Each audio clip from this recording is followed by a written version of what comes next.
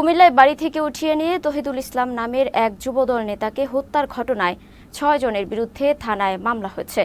বুধবার বিকেলে মামলার বিষয়টি নিশ্চিত করেছেন কোতোয়ালি মডেল থানার ভারপ্রাপ্ত কর্মকর্তা মহিনুল ইসলাম। নিহতের স্ত্রী ইয়াসমিন নাহার বাদী হয়ে মঙ্গলবার কোতোয়ালি মডেল থানায় এ হত্যা মামলা দায়ের করেন। গত ৩১ জানুয়ারি রাতে যৌথ বাহিনীর পরিচয়ে নিজ বাড়ি থেকে ধরে নিয়ে যাওয়া হয় তহিদুল ইসলামকে।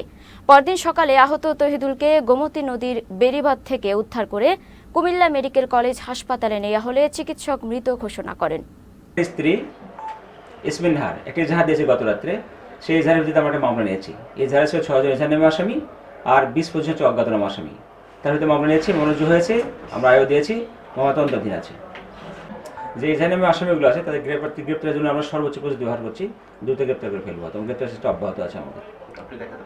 তদন্ত করে জানা যাবে, এটা তদন্ত করে জানা যাবে যে আসলে পুরো ঘটনাটা কি। আসামিদের চেষ্টা আমাদের অব্যাহত আছে।